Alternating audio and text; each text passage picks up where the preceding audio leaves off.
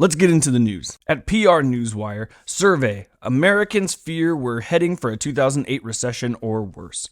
Americans' concerns about the economy have escalated over the past several months, accumulating into fears of future recession. According to Nationwide's 2023 Economic Impact Survey, more than 2/3 of Americans, 68%, expect a recession within the next 6 months, and nearly 80% of those expect it to be severe. For those of you doing the math, that's over half of the people surveyed expect a severe recession coming within the next 6 months.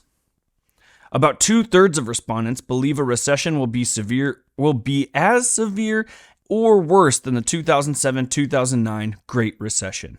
So at this point, it looks like most people think a recession is coming. We've been saying for a long time here on this channel that we think that one is going to come.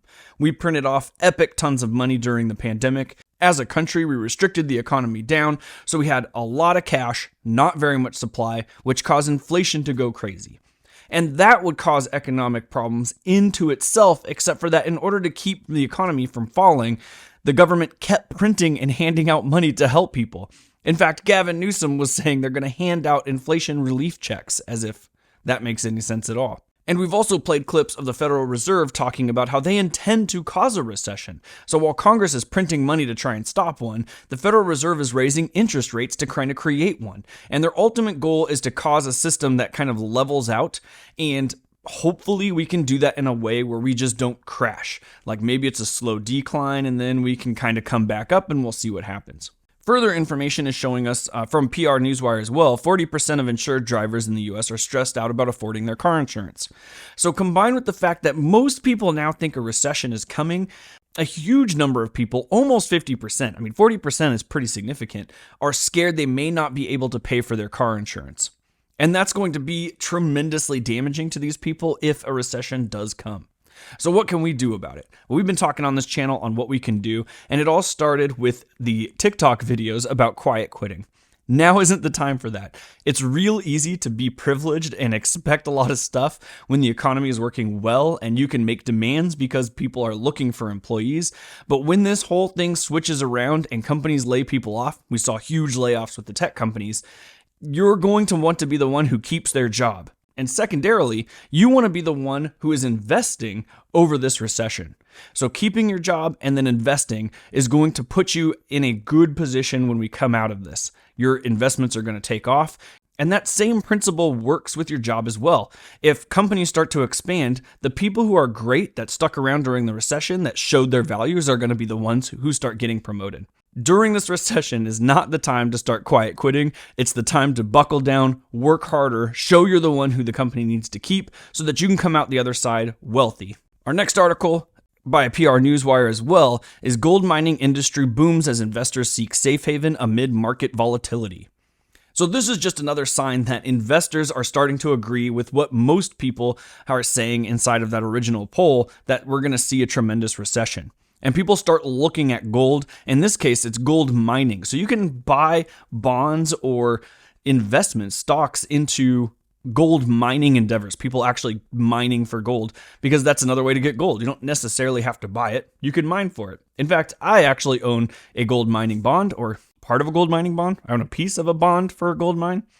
I don't know what the language is around that, but and when I brought that to my family as an idea as to what we could do, my wife thought I was being scammed, like the whole Nigerian prince scam, and I was like, no, this is legit. We're not just sending our money off to, somebody overseas pretending to be somebody else. We're actually investing in a gold mine, and we're receiving pretty good returns as a result. In fact, I'm not supported by these guys at all, and I am not recommending that you go to them outright. But I will tell you that I use this company. I think this company is really good, and they have a really interesting way of handling gold. So one of the biggest problems with gold is that if you buy it, you have to put it somewhere. So you can store it in your house, but that, creates risk. If you leave your home and someone breaks in and robs you, there's nothing you can really do about it. But if you put your gold inside of a company, they're going to charge you to store it. So as you're buying gold in an attempt to try and, stave off this recession, to try and balance your portfolio, whatever the case may be, you're losing value because you have to pay these companies to do these things. Well, the company that I use, and again, not recommending, just telling you what I use, you need to do your own research to make sure that these are good ideas, is a company called Monetary Metals, and what they do is they buy gold and lend it out to people who use gold, such as jewelry makers. So I really like this idea because I get to own the gold and I receive interest payments because my gold is being lent out. So I don't have to pay for actual storage, and I get the gold and I get the appreciation on the gold and I get the interest payment. So I'm super stoked about this whole plan.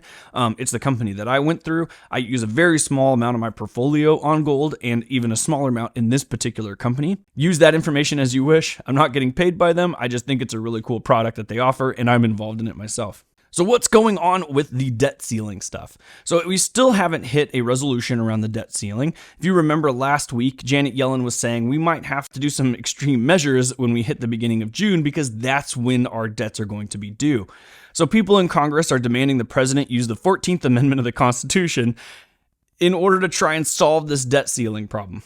I think this is a terrible idea, and I don't think that it works.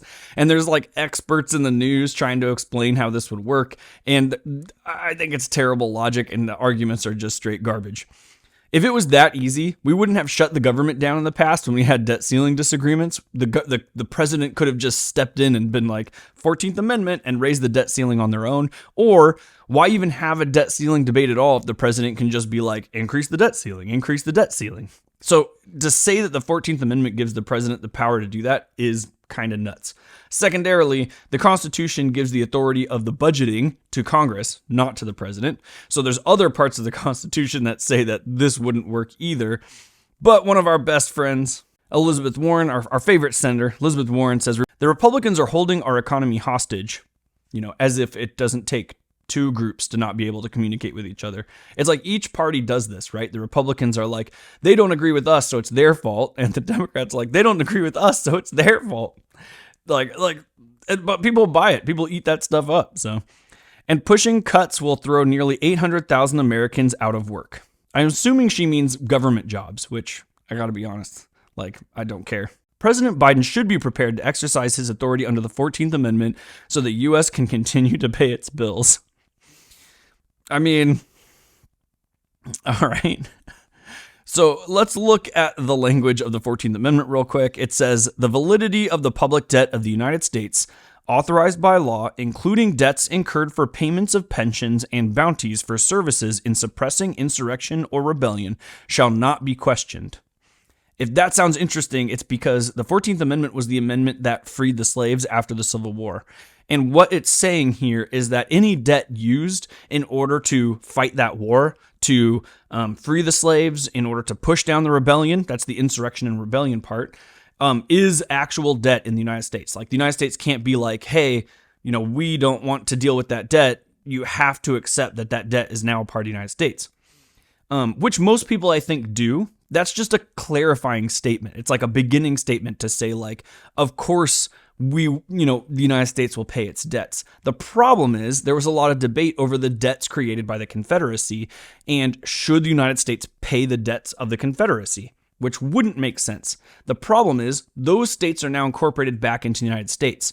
And so let's say the Confederacy had a debt with France. Then France comes around and says, hey, United States, we had a debt with those states. We want that money back. So the second statement as a part of this says, but neither the United States nor any state shall assume or pay any debt or obligations incurred in aid of the insurrection or rebellion against the United States, or any claim for the loss or emancipation of any slave, but all such debts, obligations, and claims shall be held illegal and void. So basically telling the world here, hey, if you made deals with the Confederacy, too dang bad. You shouldn't have done that, right? That's what this entire section of the 14th Amendment is saying. So in there, do you see the part where the President of the United States gets to magically make our debt ceiling go higher? Of course not. It's not there. The argument is that that first part says that, our debts shall not be questioned. Therefore, the president should be able to raise the debt ceiling. And there's people with college degrees on TV making that argument as if it makes any sense. It's stupid. So anyways, we haven't solved this problem yet. Congress hasn't made an agreement, and we'll report on it when they do. So lastly, what happened to our San Diego buddy, and what is he up to? So San Diego man visits 193 countries in the world. All 193 countries in the world. Excuse me. So somebody actually visited all the countries. I think that's super cool. I don't know how he did it, how long it took him. Let's see. Looks like it took him about a decade. He says Turkmenistan was the last one and is one of the most mysterious countries on the planet. And it's one of the most restricted when it comes to visitors. So the only way you can visit Turkmenistan is through an approved tour company. That was actually my first thought when I saw this article was, what about these countries that are like at war or have tough restrictions? What did he do? And I guess he found ways around all of it and was able to visit all the countries around the world. I think that's pretty cool. So good job, man. All right, that concludes the news segment for this week. There'll be more stuff next week, so make sure to stop by and tune in.